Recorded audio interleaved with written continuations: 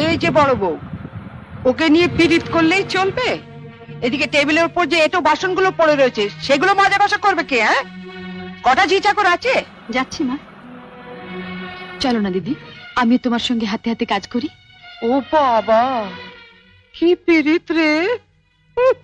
দেখবো দেখবো কত কাজ করতে পারো। দেখি তোমার বাবা মা কি গয়না পরিয়ে শ্বশুর বাড়ি পাঠিয়েছে। হ্যাঁ? গলার ওই দুটো সোনার না ইমিটেশন?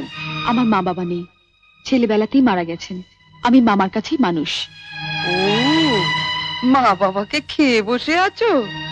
ধন্যি মেয়ে। এখানে এসে আবার তো নতুন করে মা পেলাম। ও বাবা, কি কাব্য মারা কথা রে বাবা! শিখে নাও মেজো বউ, শিখে নাও। আমার বাবা ওসব ন্যাকামি আসে না। নাও, খোলো দেখি হাতটা। দেখি দেখি দেখি দেখি, ছোট বউয়ের মুখখানা দেখি। তোকে আবার কি খবর দিল? বাহ, রন্টুর বউ ভাতে যাবো বলে তৈরি হচ্ছে, হঠাৎ তনু গিয়ে বলল, তা মা তোমার ছোট বউয়ের মুখখানা তো বেশ। এই দেখ তো, ওর গলার হারটা সোনার না ইমিটেশন? আমার তো মনে হয় ইমিটেশন। মা দেখেছেন আমার বিয়ের হারটা এখনো কেমন চকচক করছে? এটা তো মনে হচ্ছে না, কেমন যেন মেয়ের মেরে। এটা আমার মায়ের গয়না, মা মারা যাবার সময় মামার হাতে দিয়ে গিয়েছিলেন। এই সুটকেসে আরো আছে। দেখি দেখি দেখি, সরো সরো সরো না, বাপের বাড়ি থেকে কি আনলে দেখি।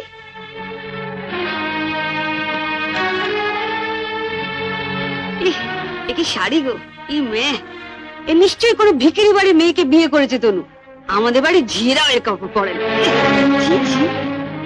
দেখ দেখ, বাবা লাল লাল হয়ে যাচ্ছে দেখি। পাউডার। মা মা আমি ঠিক বলছি মা, এ নিশ্চয়ই কোনো বস্তি বাড়ি মেয়ে, নইলে বিয়েতে কেউ এরকম শাড়ি দেয়? দেখ দেখ, কোনো বস্তি বাড়ি মেয়ে। বাহ, এই শাড়িটা কিন্তু বেশ, তাই না মেজে বৌদি? মোটামুটি। হ্যাঁ মা, আমাদের এখন আমাগুলো মানিয়েছে। খুব সুন্দর মানিয়েছে, ভালো, খুব সুন্দর। আমি এই শাড়িটা নিয়ে যাচ্ছি, রন্টুর বউ ভাতে পরে যাব। শোনো, রাত্রিবেলায় ভালো করে আমি এসে সুটকেসটা ঘেটে দেখবো, কিছু যেন শরীর রেখো না। মা নজর রেখো। শাড়িটা রেখে যাও। রেখে যাবে মানে? শুনলে না, ও এটা পরে ওর বন্ধুর বউ ভাতে যাবে। বউ ভাতে যাবে? নিজের শাড়ি পরে যাক। বড়লোক বাড়ি বউ ভিখিরি মেয়ের শাড়ি ধরে টানাটানি করছে কেন? ও মা, মেয়ের কি চোপা গো! আসতে না আসতে। আমি বলছি শাড়িটা ছাড়ো। না, আপনার মেয়ে না বলছিল আমার মামা যেসব শাড়ি দিয়েছে তা নাকি ওদের বাড়ি ঝিও পড়ে না? তামা, আপনি আপনার মেয়ের বিয়েতে এমন একটা শাড়িও দিতে পারেননি যেটা পরে রন্টুর বউ ভাতে যেতে পারে?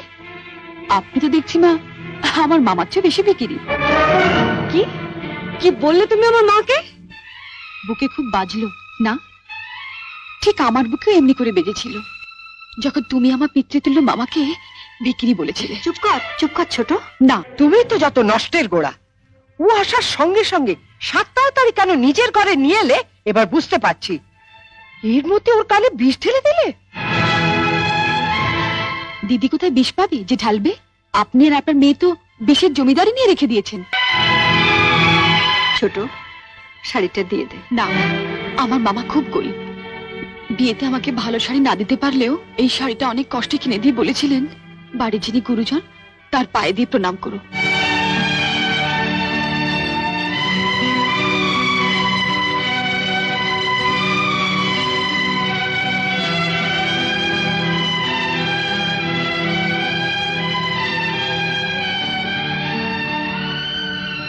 এ কি করলি হতভাগী? মা থাকতে আমাকে।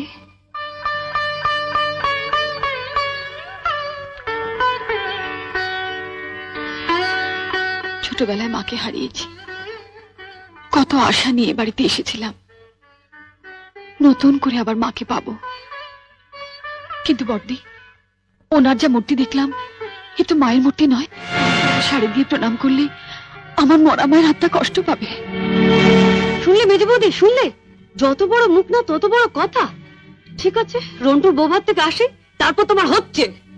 দাঁড়াও, যাবার আগে ছুঁড়ে ছুঁড়ে যে শাড়িগুলো ফেললে সেগুলো সুটকেসে তুলে দিয়ে যাও।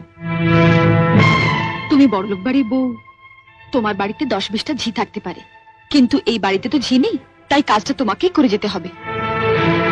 কি হলো, তোলো। ছেড়ে দে ছোট। তুমি চুপ কর বড়দি। রন্টুর বউ ভাতে যেতে গেলে কিন্তু এই কাজটা করে দিয়ে যেতে হবে ঠাকুরজি। আমার বাড়িতে?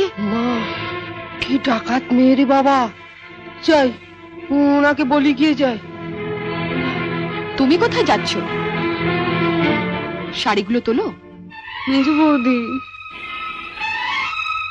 ও বড় বৌদি, ছাড়, ছেড়ে দে ছোট, ছেড়ে দে, নইলে কিন্তু রন্টুর বউ ভাতে যেতে দেবো না। তোলো।